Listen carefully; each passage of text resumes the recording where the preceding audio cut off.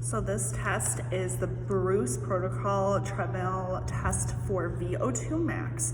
For this one, we are going to start by gathering our clients' basic health information and then calculating their age predicted heart rate with the information that they give us.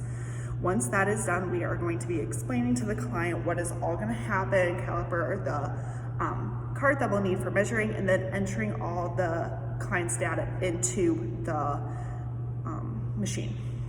Once that is done, we are going to make sure that we have enough people, one, to make sure that they are spotting them just in case the individual would fall or they get vertigo, anything like that, just to make sure that the client will be safe for the full test. And then someone else will be monitoring their heart rate, their RPE, the expired gases, and then all of the times, the stage time, and then the overall time that we will need to conduct the Bruce protocol equations. Once that is done, we are going to explain to the client the headgear and the mouthpiece that will be used on them, and then explain to them the RPE instructions that are going to be used.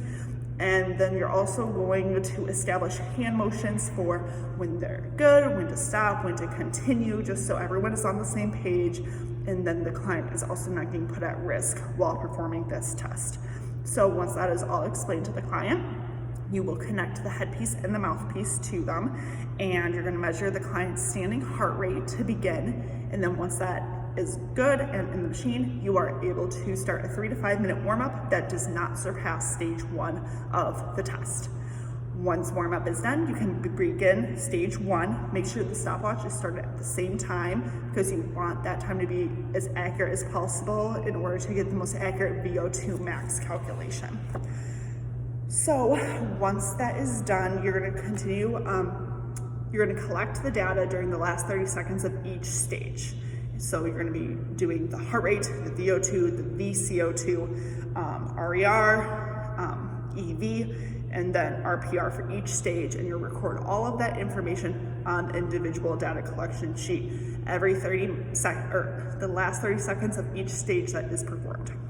So every 3 minutes for each stage, at once it's done, you're going to increase the speed and increase the percent grade.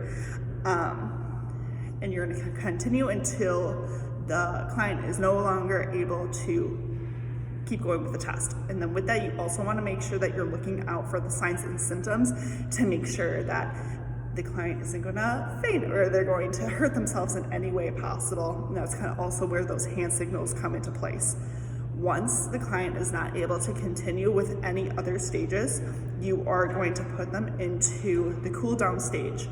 So once that is done, you're going to have this treadmill slow down to 3 miles per hour and reduce the grade down to 0%. You're going to have the subject keep the mouthpiece in for at least 5 minutes during the cool down period, and you're going to immediately record the time that they were done in order to predict that VO2 max.